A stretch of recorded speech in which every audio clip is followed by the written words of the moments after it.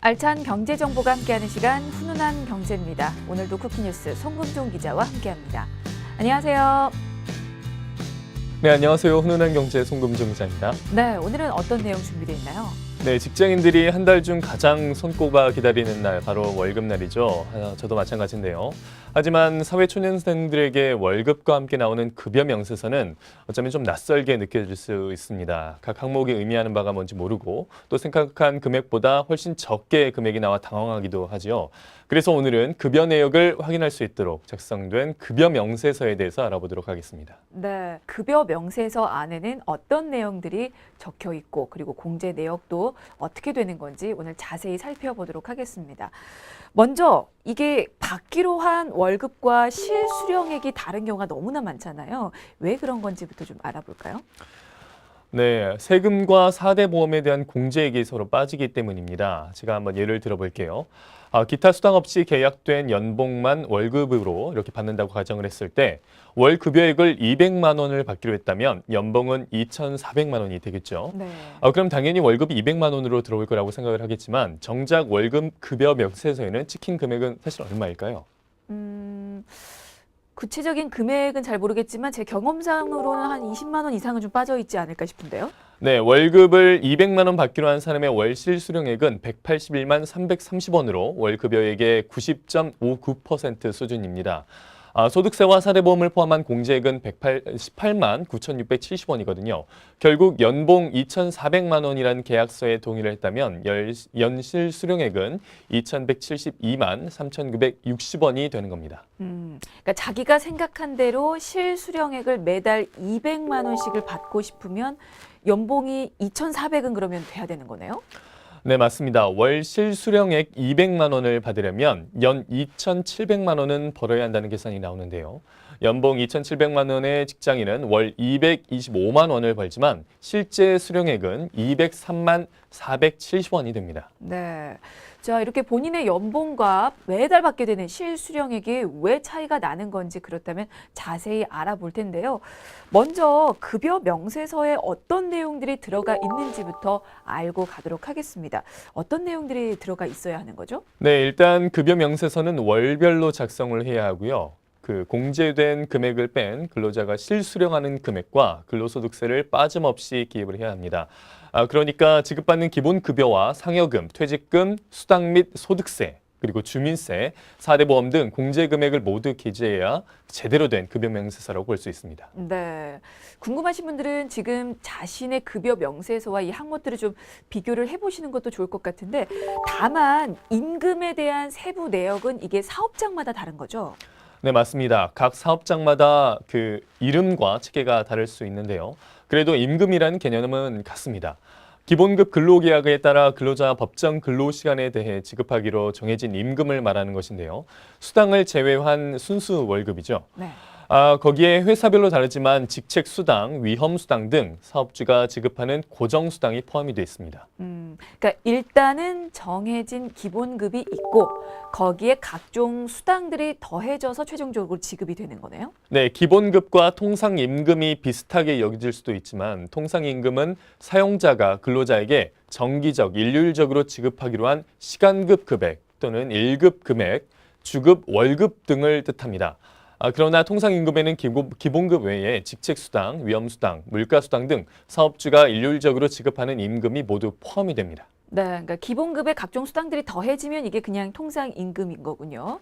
이것 말고 평균 임금도 있던데 이건 어떤 의미인가요? 네, 평균 임금은 근로기준법에 따라 평균 임금을 산정해야 할 신청 사유가 발생한 날 이전 3개월 동안에 그 근로자에게 지급된 임금의 총액을 그 기간의 총 일수로 나눈 금액입니다. 즉 평균 임금은 휴업, 연차 유급 휴가 수당 신청 등 어떤 목적이 생겼을 때 일정 시점에서 산출하는 것인데요. 평균 임금은 시간 외 수당 등을 모두 포함해 계산하게 됩니다. 네, 그러면 급여 명세서에 이번에는 적힌 지급 내역도 좀 살펴보도록 하겠습니다. 이게 기본급 외에 지급되는 내역이 몇 가지가 더 있죠. 네, 몇 가지 항목이 있는데요. 가장 먼저 알아볼 항목은 복리후생비입니다. 직원들의 사기를 높이기 위해 만든 수당으로 생각하시면 되고요. 쉽게 식대나 교통비 등으로 지급되는 금액을 말합니다. 복리비 경우 따로 지급되는 경우가 많지만 기본급에 포함되는 경우도 있으니까요. 회사에서 별도로 지급되는 복리후생비가 있는지 먼저 파악해 두는 것이 좋겠습니다. 네, 보통 복리후생이라는 개념은 좀 폭넓게 쓰이기 마련인데 이 단어가 급여 명세서에 있다면 이거는 사기 진작을 위한 수당 정도로 좀 여기시면 될 것 같고요. 그리고 우리가 흔히 보너스라고 말하는 항목도 급여 명세서에 적혀 있는 거죠. 네, 우리가 보너스라고 부르는 건 상여금을 말하는데요. 임금 이외에 특별히 지급되는 현금 급여입니다.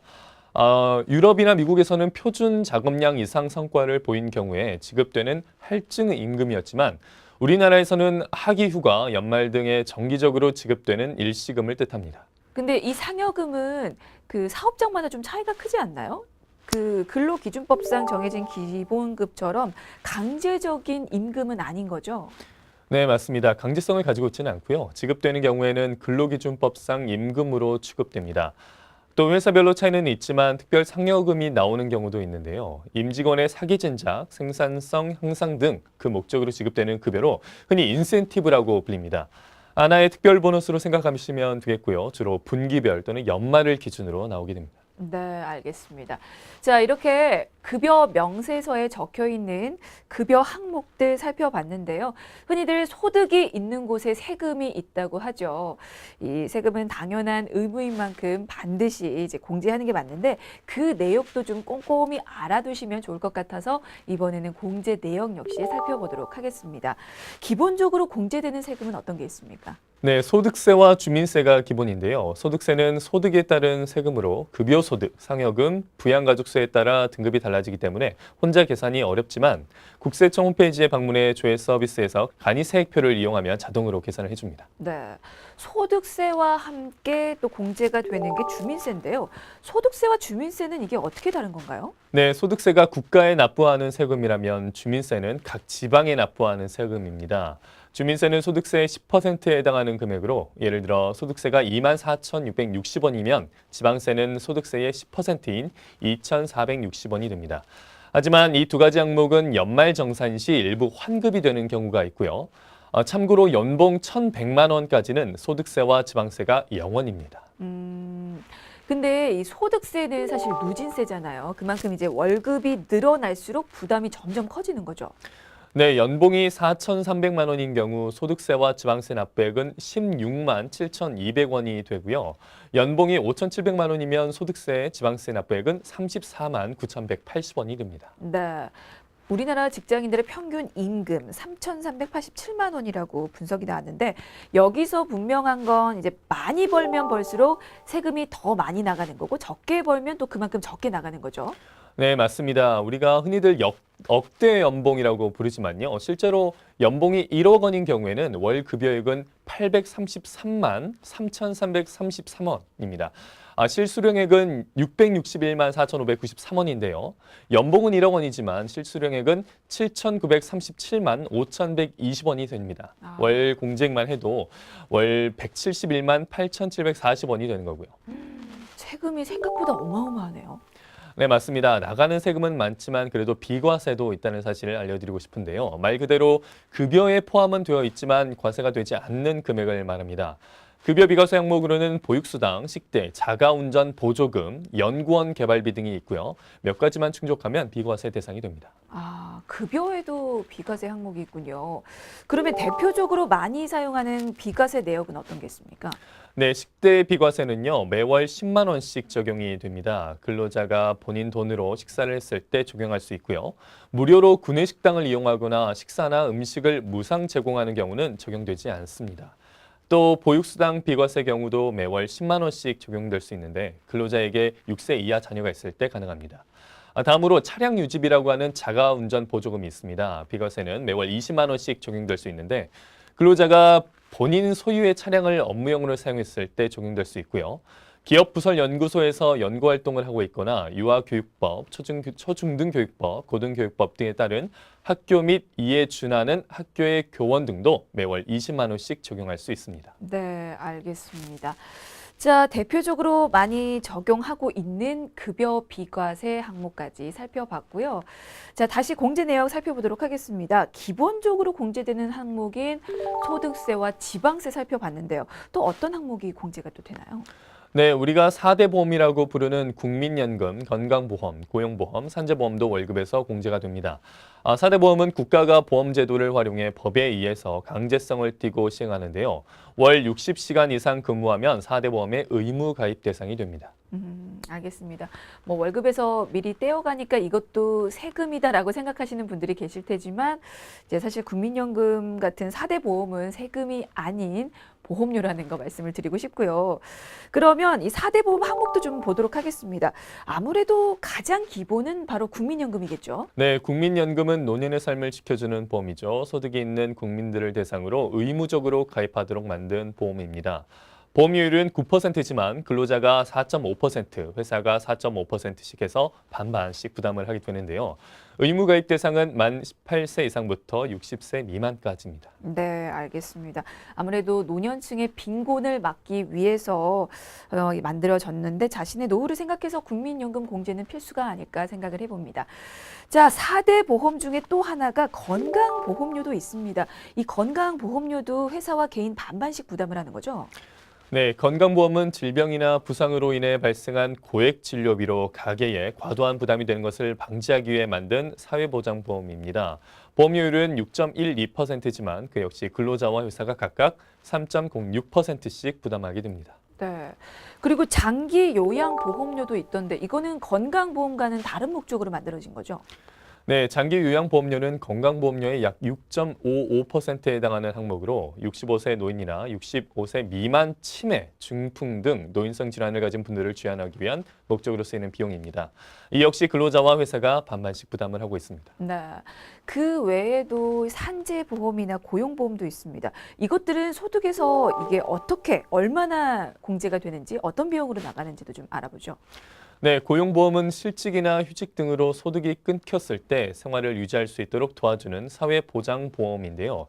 실업급여 또는 직원훈련 등 고용보험 사업에 들어가기 위한 비용을 충당하기 위한 보험료로 0.65%가 부과가 됩니다. 또 마지막 산재보험은 근로자가 아닌 사업주가 부담하게 되는데요.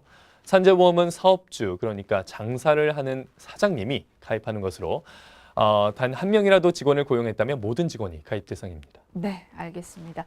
자, 이렇게 4대 보험까지 살펴봤습니다. 4대 보험은 국민연금, 건강보험, 그리고 고용보험, 산재보험 이렇게 네 가지가 있는데요. 산재보험을 제외한 세 가지는 사업주와 개인 반반씩 부담한다는 내용 다시 한번 알려드리고요. 그리고 이게 사실 정식 직원이 아니어도 월 60시간 이상 일을 하면 모두 가입 대상이 되는 거죠. 네, 맞습니다. 아르바이트생이든 일용직이든 주 15시간과 월 60시간 이상 일하는 조건을 만족시킨다면 국민연금과 건강보험에 가입을 해야 합니다. 또 고용보험은 계약직이나 파트타이머도 가입 대상에 포함됩니다. 네, 알겠습니다. 이 급여 명세서를 과연 꼼꼼하게 보시는 분들이 과연 얼마나 계실지 궁금해지는데요. 지금 바로 살펴보시고요. 혹시라도 나의 이 급여 명세서가 잘못 기재가 돼 있다면 그걸 발견했다면 이게 어떻게 조치를 취하면 되는지도 좀 알려주실까요? 네, 금액 계산이 잘못됐을 경우 담당자로부터 수정본을 받고 다음 달 급여 계산 시 이를 소급 계산을 해야 합니다. 또 고용주는 급여 명세서를 3년간 의무적으로 보관해야 하지만 근로자는 보관 의무가 없는데요. 임금 체불 시 근로계약 및 연봉 계약 기준에 대한 증거 자료로서 역할을 할 수 있기 때문에 혹시 모르게 발생할 수 있는 문제에 대비해 꼭 보관해 두시는 것이 좋겠습니다. 네, 알겠습니다.